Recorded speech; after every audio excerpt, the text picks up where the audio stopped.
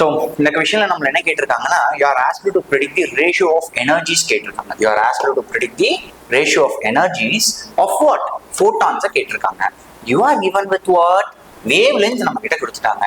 1க்கும் 2க்கும் கொடுத்துட்டாங்க. So lambda 1 is given as what? 2000 Armstrong and lambda 2 is given as what? 4000 Armstrong. Ratio of energy E1 by E2 என்னன்னு கேட்குறாங்க. So wavelength கொடுத்துட்டாங்க இல்லையா. So what is your formula? E is equal to hc by lambda இல்லையா. அப்போ E1 divided by E2 which is equal to lambda 2 divided by lambda 1 இல்லையா. lambda 2 divided by lambda 1. lambda 2 என்ன நமக்கு தெரியும்? that is 4000. lambda 1 is 2000. அப்போ E1 by E2 will be what? 1 by 2. So your option is going to be a fourth one, that is option B. So in this question, magnetic field or electric field deflect ஆகாத wave எந்த wave னு கேட்டிருக்காங்க. யூசுவலா நமக்கு தெரியும் light, gamma race, X-rays எல்லாமே deflect ஆகும். Matter wave மட்டும் என்ன ஆகாது? எலக்ட்ரிக் ஃபீல்டையும் மேக்னெட்டிக் ஃபீல்டையும் டிஃப்ளெக்ட் ஆகாது. அப்போ நம்ம option second one is won't deflected by electric and the magnetic field. In the question we are asked to calculate what? Momentum என்ன அப்படின்னு calculate பண்ண சொல்லி கேட்டிருக்காங்க. We are given with what?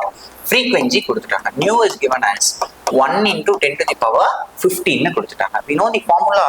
So nu is equal to C by lambda. And also momentum எங்க இருக்கும்? Wave lengthல இருக்கும். Lambda which is equal to h by mv. இந்த mv is nothing but your momentum. அப்போ momentum calculate பண்ணோம்னா we will have the formula h by lambda அப்படின்னு இருக்கும் இல்லையா. Okay, so nu is equal to C by lambda. Now lambda which is equal to C by nu. C is nothing but your 3 into 10 to the power 8. அப்போ nu is nothing but 1 into 10 to the power 15.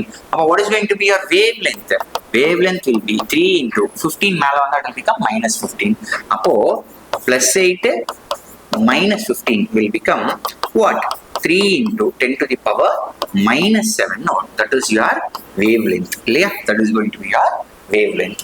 If you substitute here, so you know the value of Planck's constant, that is 6.6 into 10 to the power minus 34.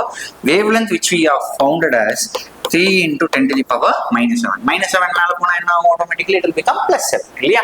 So அப்போ plus 7 அப்படின்னா 6.6 3 one time this will be 2.2.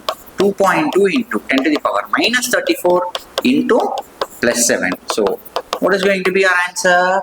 2.2 into 10 to the power minus 27 வருமா? 2.2 into 10 to the power minus 27. That is going to be your option. அப்போ which is your correct answer?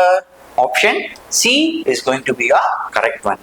That is 2.21 into 10 to the power minus 27. So in the question kinetic energy of a photoelectron. Kinetic energy of photoelectron do not depend on. It is from the concept photoelectric effect. இல்லையா?